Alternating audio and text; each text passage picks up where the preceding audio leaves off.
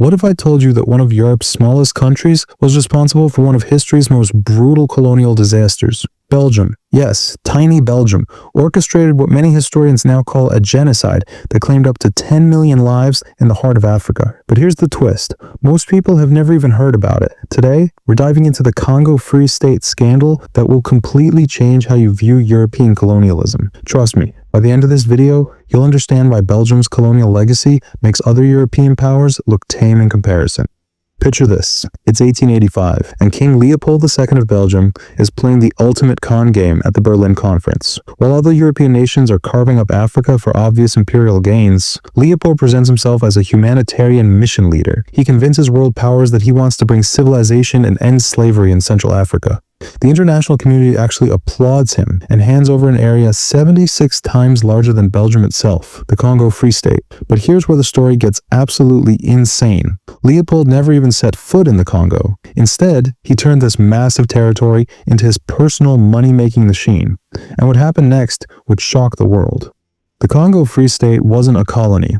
It was Leopold's private property. Think of it like Jeff Bezos owning an entire country, except with zero accountability and unlimited power over 15 million people. Leopold's administration imposed a brutal quota system for rubber extraction. Here's how twisted this became. Congolese men had to collect specific amounts of rubber or face horrific punishments.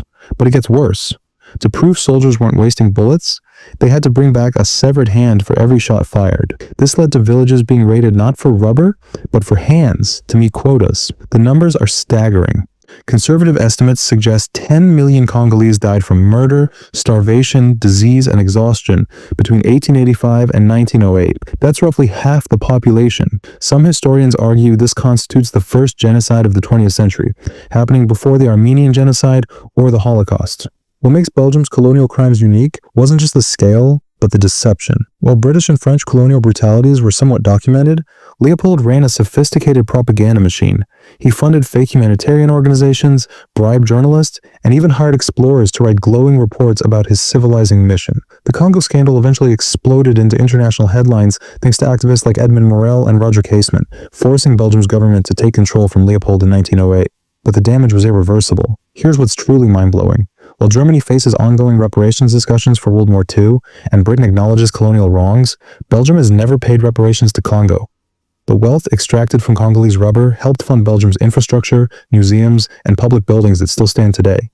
This isn't just ancient history. It explains why the Democratic Republic of Congo remains one of the world's poorest countries despite having vast natural resources. The colonial trauma created political instability that continues today. So was Belgium's role in Africa way worse than we thought?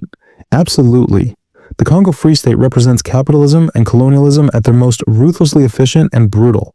If you enjoy this journey into historical equation's darkest chapters, make sure to like, subscribe, and share, because the past has even more secrets waiting for us.